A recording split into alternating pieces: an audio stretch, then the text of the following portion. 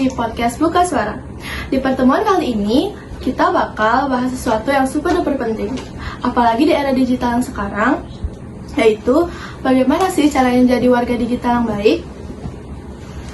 Jadi, di zaman sekarang, kita semua pasti nggak bisa jauh dari internet kan? Mulai dari chattingan sama teman, tiktokan, nonton Instagram, sampai belanja online. Tapi pernah nggak sih kalian mikir, apa kita udah jadi pengguna internet yang baik? Nah, hari ini aku, Davina Safa Davira, mau share beberapa tips bersama narasumber yang ada, supaya kita semua bisa jadi warga digital yang baik. Nah, jadi ini dia dua narasumber yang sudah kita undang untuk kita tanyakan beberapa hal. Silakan perkenalkan diri dulu. Perkenalkan, nama saya Renard. Perkenalkan, nama saya Elu. Nah, jadi di sini kita udah nyiapin beberapa pertanyaan buat kalian. Yang pertama, apa sih definisi warga digital yang baik? Menurut saya, definisi warga digital yang baik itu adalah orang yang bisa menggunakan teknologi dengan bijak dan bertanggung jawab. Kalau menurut aku sih, warga digital yang baik itu adalah orang yang bisa atau pandai menggunakan teknologi secara bijak dan bertanggung jawab. Nah, jadi itu pendapat dari dua narasumber kita. Kita langsung aja ke pertanyaan nomor 2. Pertanyaan nomor 2, kenapa sih penting banget punya etika di media sosial? Karena menurut saya, media sosial itu kayak ruang publik di dunia nyata. Sih ya, karena media sosial itu kayak ruang publik di dunia nyata. Ya, jadi kalau nggak ada aturan atau etika, semuanya bisa jadi kacau gitu. Kalau emang nggak ada aturan atau etika kan sebenarnya bisa jadi kacau tuh. Pendapat kalian, apa contoh perilaku yang sering dilanggar orang saat media sosial yang bisa bikin kacau? Contohnya itu menyebarkan informasi tanpa cek fakta dulu. Atau komen negatif yang nggak perlu. Sering juga orang lupa izin untuk share video-video yang melibatkan orang lain.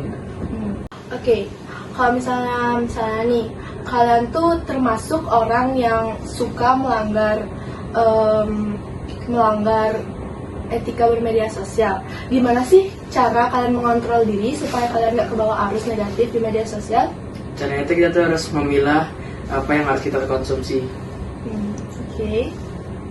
Terus selalu ingat kalau apa yang kita tulis itu dapat berpengaruh kepada orang lain, bisa kayak membuat mental mereka jadi down gitu. Oke, kalau gitu apa pendapat kalian lagi tentang dampak terbesar dari postingan atau komentar negatif di media sosial? Dampaknya itu bisa bikin orang insecure. Dan sampai juga bisa memicu konflik besar. Kadang komentar yang kelihatannya sepele bisa bikin orang merasa sakit hati atau bikin mental orang jadi down dan kurang kepercayaan diri. Aku juga setuju sih sama pendapat kalian. Tapi karena kita udah jelasin panjang lebar nih, kalian juga udah jelasin panjang lebar. Kalian haus gak sih?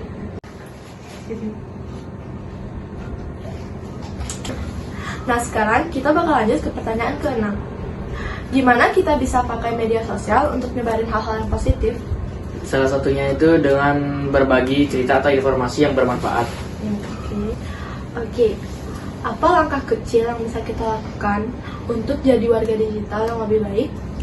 Mulai dari diri sendiri, selalu pikir 2 kali sebelum ngepost atau komen. Dipastikan informasi yang kita share itu benar atau enggak merugikan orang lain. Dan jangan ragu untuk edukasi orang di sekitar kita tentang etika digital. Oke.